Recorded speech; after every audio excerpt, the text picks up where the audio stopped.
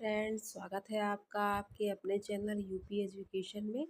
आज हम पढ़ेंगे कक्षा 6 के विज्ञान का पार्ट 2, जिसका नाम है पदार्थ एवं पदार्थ के समूह। हम इसका संपूर्ण प्रश्न अभ्यास को आज हल करेंगे। आज हम इसका संपूर्ण प्रश्न अभ्यास को पढ़ेंगे।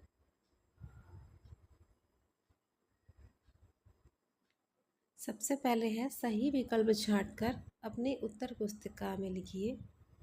इसका का वाला होगा प्रश्न। वर्गीकरण आवश्यक होता है। नंबर 1, वस्तुओं को व्यवस्थित रखने हेतु। नंबर 2, वस्तुओं एवं पदार्थों के गुणों को आसानी से समझने हेतु। तीसरा है विद्यालय के पुस्तकालय हेतु। चौथा है सभी हेतु। इसका उत्तर होगा चौथा वाला, सभी हेतु। इसका खा वाला प्रश्न होगा किसी द्रव को गर्म करने पर वह बदल जाता है।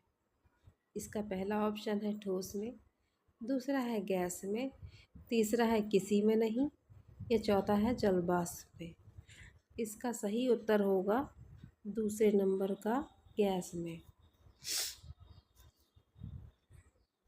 इसका गा वाला होगा गैस को किसी बर्तन में रखने पर वह, पहला ऑप्शन है उसकी तली में बैठ जाएगी, दूसरा है उसमें पूरी तरह से फैल जाएगी, तीसरा है उसके केवल ऊपरी हिस्से में फैलेगी, और चौथा है उसको खाली कर देगी। इसका सही उत्तर होगा दूसरे नंबर का, उसमें पूरी तरह से फैल जाएगी। इसका घ वाला प्रश्न होगा पदार्थ की निर्माण इकाई है। नंबर 1 परमाणु, number 2 electron, number 3 proton, number 4 neutron. इसका सही उत्तर होगा परमाणु।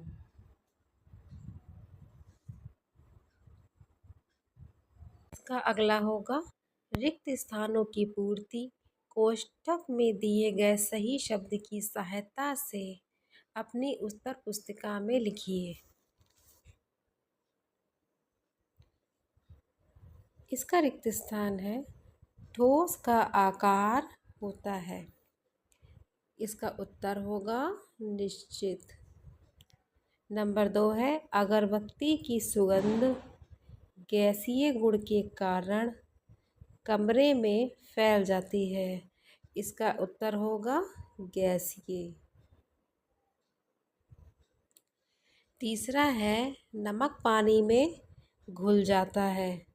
तो इसका उत्तर होगा, इसके रिक्त स्थान में आएगा नमक। इसका चौथा है अणु पदार्थ का वह सूक्ष्मतम कण है जो स्वतंत्र अवस्था में रह सकता है। इसके रिक्त स्थान में आएगा अणु।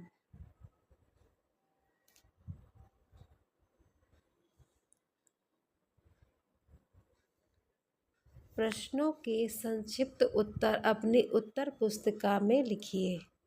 इसका पहला प्रश्न है पदार्थ की 3 अवस्थाओं के नाम लिखिए।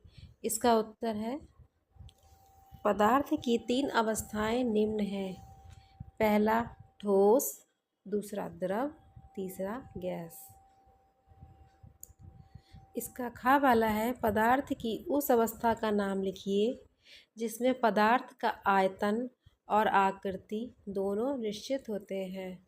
इसका उत्तर होगा पदार्थ की ठोस अवस्था में पदार्थ का आयतन और आकृति निश्चित रहते हैं। इसका अगला प्रश्न है पदार्थों के वर्गीकरण से क्या तात्पर्य है।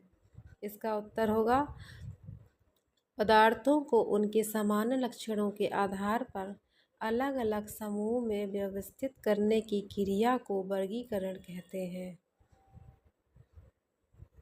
अगला प्रश्न है पारभासी किसे कहते हैं।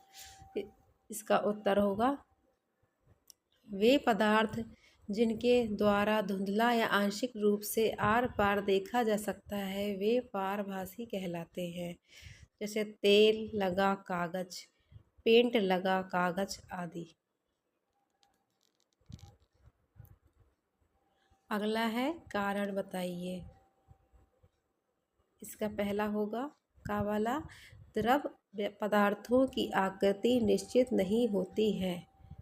इसका उत्तर है द्रव के अणु दूर दूर होते हैं तथा अणुओं के बीच का आकर्षण बल कम होता है। इस कारण द्रव पदार्थों की आकृति निश्चित नहीं होती है। खा वाला है जल से भरा गिलास खाली गिलास की अपेक्षा भारी होता है।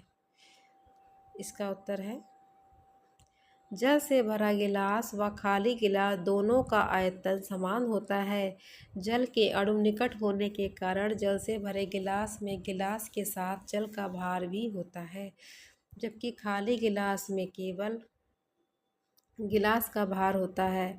क्योंकि खाली गिलास में उपस्थित वायु के अणु दूर दूर होने के कारण उनका भार नगण्य होता है। इस कारण जल से भरा गिलास खाली गिलास की अपेक्षा अधिक भारी होता है। इसका अगला है निम्नलिखित प्रश्नों के उत्तर अपनी अभ्यास पुस्तिका में लिखिए। इसका का वाला प्रश्न होगा एक प्रयोग बताएं जिससे स्पष्ट होता है कि पदार्थ स्थान घेरता है। इसका उत्तर है एक गुब्बारा लें, उसमें फेंक द्वारा हवा भरें। हवा भरने पर गुब्बारा फूलने लगता है और स्थान घेरता है, अतः स्पष्ट है कि पदार्थ स्थान घेरता है। खा वाला है किसी पदार्थ को ठोस अवस्था से द्रव अवस्था तथा द्रव अवस्था से ठोस अवस्था में कैसे बदला जा सकता है। इसका उत्तर होगा किसी वस्तु के ताप में परिवर्तन करके उसकी अवस्था में परिवर्तन किया जा सकता है। जैसे बर्फ़ को अधिक तापमान में रखने पर ठोस अवस्था बर्फ़ से द्रव अवस्था पानी में तथा पानी को 0 डिग्री सेल्सियस तक ठंडा करने पर द्रव अवस्था पानी से ठोस अवस्था बर्फ में परिवर्तित किया जा सकता है। इसका गा वाला प्रश्न है ठोस द्रव तथा गैस में अंतर उदाहरण सहित स्पष्ट कीजिए। इसका उत्तर होगा ठोस पदार्थों में कण बहुत पास पास होते हैं। इनमें आपसी आकर्षण बल बहुत अधिक होता है जो इन्हें एक साथ बांधे रखता है। ठोस के कण स्थिर होने के कारण इनकी आकृति एवं आयतन निश्चित होते हैं। जैसे उदाहरण कांच। द्रव के अणु एक दूसरे से दूर दूर होते हैं और आपसी आकर्षण बल ठोस की तुलना में कम होता है। इसी कारण द्रव की आकृति निश्चित नहीं होती किंतु इनको आयतन निश्चित होता है।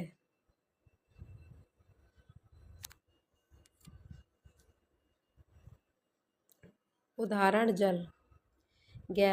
गैसीय पदार्थों में कण अपेक्षाकृत बहुत दूर दूर होता है और इनमें आपसी आकर्षण बल नहीं के बराबर होता है। उदाहरण ऑक्सीजन।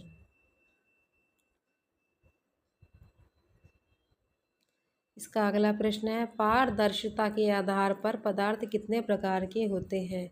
उदाहरण सहित लिखिए। इसका उत्तर होगा पारदर्शिता के आधार पर पदार्थ को पारदर्शी, अपारदर्शी तथा पराभासी में वर्गीकृत किया जाता है। इसका अगला प्रश्न है परिवेश में पाई जाने वाली तीन कठोर व मुलायम वस्तुओं के नाम लिखिए। इसका उत्तर होगा कठोर लोहा, लकड़ी, कांच, मुलायम रबर की गेंद, स्पंज, ऊन आदि। इसका अगला प्रश्न है चुंबक किन किन पदार्थों से निर्मित वस्तुओं को अपनी ओर आकर्षित करता है। इसका उत्तर होगा चुंबक लोहे से बनी वस्तुओं को अपनी ओर खींच लेता है। लोहे के अतिरिक्त चुंबक निकेल, कोबाल्ट जैसी अन्य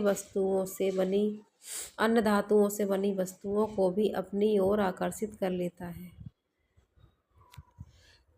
इसका अगला है अपने आसपास दिखाई देने वाली वस्तुओं को पारदर्शी, अपारदर्शी तथा पारभासी में चिह्नित कर उनकी सूची बनाइए। इसका उत्तर होगा वस्तु का नाम चमड़ा, जो कि अपारदर्शी है। दूसरा होगा मोटा कपड़ा, जो कि पारभासी है। तीसरा होगा पतले कांच का टुकड़ा, जो कि पारदर्शी है। चौथा होगा पत्थर, जो कि अपारदर्शी है। पांचवा होगा ट्रेसिंग पेपर, जो कि पारभासी है। हेलो फ्रेंड्स, वीडियो यहीं पर समाप्त होता है। अगर आपको मेरी वीडियो अच्छी लगी हो तो मेरी वीडियो को लाइक कीजिए और मेरे चैनल को सब्सक्राइब कीजिए। धन्यवाद।